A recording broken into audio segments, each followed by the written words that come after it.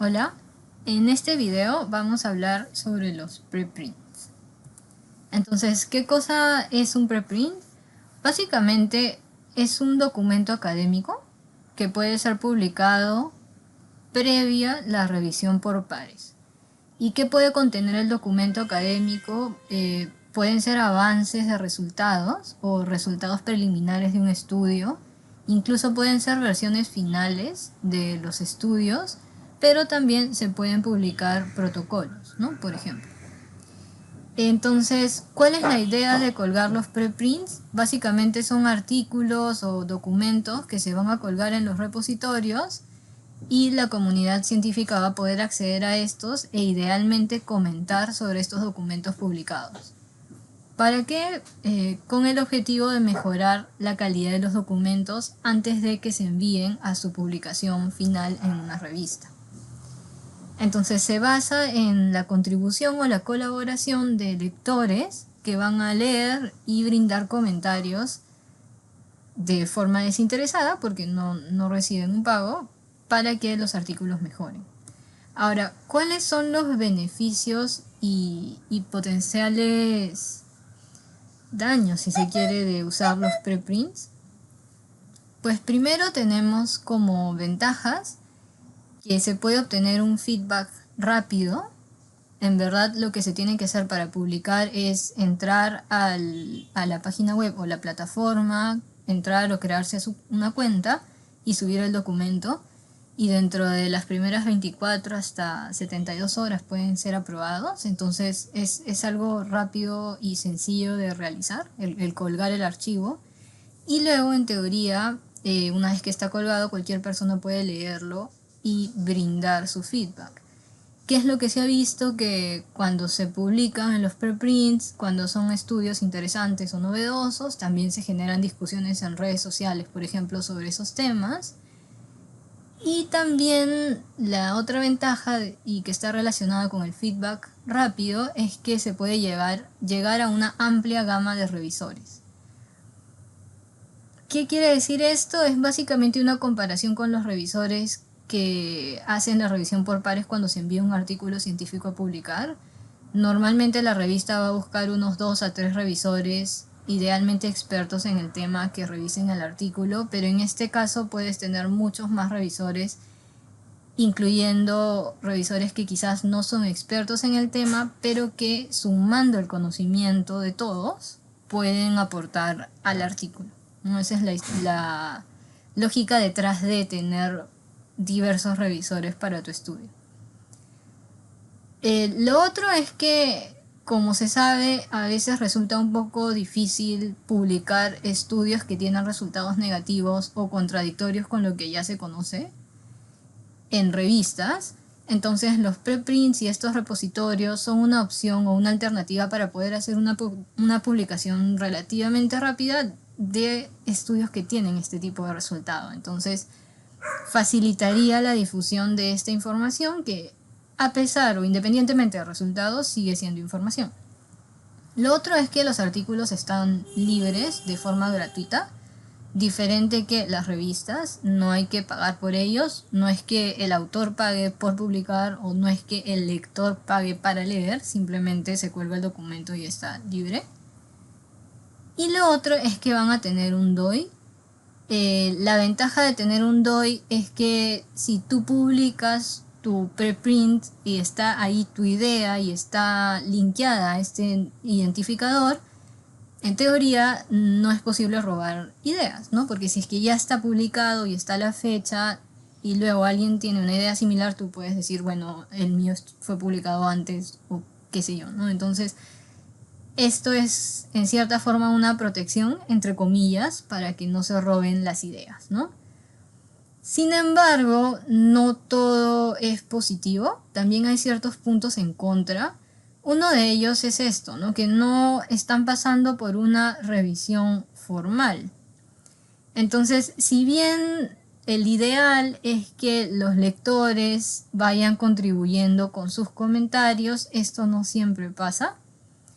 Y tampoco hay una revisión formal por pares que van a determinar la calidad o rigurosidad metodológica y que va a pasar por una serie de revisiones como pasa con los artículos científicos. Y esto lo que podría ocasionar es que estos preprints estén ayudando a diseminar información que puede ser inexacta. Esto está ligado con el último punto, que quizás el público podría no saber cómo utilizar los preprints, ¿no? Porque si es que uno sabe que no son artículos revisados por pares y que son resultados preliminares, entonces la persona que lee puede tener en cuenta esto, ¿no? Que la información puede ser inexacta. Pero el problema es que el público podría interpretarlo de otra manera, ¿no? Y el lío está ahí, ¿no? Cuando se publica un preprint y, por ejemplo, los pacientes consideran que lo que se ha publicado es real y luego están abogando para obtener tal o cual terapia, o cuando la información de un preprint se publica o se difunde en los medios de comunicación, ahí es que se puede generar un problema, ¿no? O sea, se difunde como si fuera un artículo que ya ha pasado por ciertos filtros de calidad. Eso de ahí es el lío que se puede generar y que se ha generado con preprints antes, ¿no? Y lo otro es que, nuevamente ligado a la revisión, a veces es difícil obtener feedback significativo, feedback útil, ¿no? Porque depende mucho de los revisores, y algo que es cierto, los revisores no siempre tienen tiempo. Entonces, por ahí suele ser un problema también, ¿no? Y bueno, ya de forma anecdótica, lo que pasa a veces es que uno le pide a sus amigos que lo revisen, o qué sé yo, para que el documento tenga revisiones, ¿no? Que nuevamente eso no es del todo correcto. Entonces, lo que hemos visto acá son algunos beneficios y algunas desventajas que hay que tener en cuenta cuando se utilizan los preprints. A continuación vamos a ver dos repositorios que se pueden usar para artículos en ciencias de la salud. El primero es Cielo Preprints, que bueno, como su nombre lo indica, pertenece a la plataforma de Cielo. Y el funcionamiento es, como ya se ha mencionado, ¿no? El autor tiene que enviar su artículo, su documento en todo caso, publicarlo, y dentro de 24 horas va a pasar por un filtro que Cielo propone. ¿Qué cosa incluye ese filtro? Lo primero es que van a revisar las consideraciones de autoría, consideraciones éticas y forma del documento que se está presentando. Forma en términos de qué partes va a tener, ¿no? Introducción, métodos, resultados, qué sé yo, ¿no? Cielo va a revisar eso. Luego va a pasar por una revisión digamos, de la idea, para saber si la idea es de interés, y luego va a pasar por una revisión en términos generales de calidad, pero no es una revisión per se de calidad a profundidad, sino que es una revisión para saber si estos documentos que se envían tendrían el potencial de ser publicados. Y todo este proceso, según la página web de Cielo Preprints, debería tardar máximo 24 horas, y luego de eso el autor recibiría una notificación, el documento se colgaría en la plataforma y obtendrían un DOI con el cual podrían utilizar, si es que necesitan utilizar o citar el documento, ¿no? Este es entonces Cielo Preprints. ¿Qué artículos o documentos se pueden colgar acá? Documentos relacionados a ciencias de la salud, y pueden estar en inglés, español, portugués, ¿no? Y el otro repositorio que es bastante conocido es este de aquí, que se pronuncia medRxiv. Básicamente significa archivo de medicina. ¿Por qué? Porque acá se pueden subir preprints relacionados a temas de salud o áreas de la salud, ¿no? El funcionamiento es parecido, simplemente hay que subir el documento y dentro de un lapso de tiempo se recibe una notificación.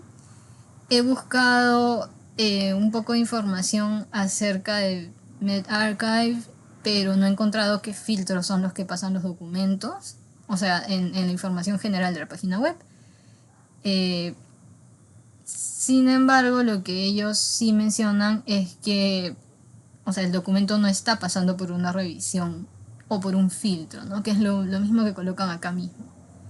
Entonces es probable que simplemente el documento se cuelgue y se publique, ¿no? Que en verdad es similar a lo que pasa en Cielo, porque las revisiones de Cielo nuevamente son más de forma, más de que si el tema es de interés o no, y una revisión muy somera de potencial calidad o potencial de publicación, ¿no? Pero no hay una revisión a profundidad, ¿no? Entonces al final son bastante similares en términos de que tú simplemente subes el documento y este se publica.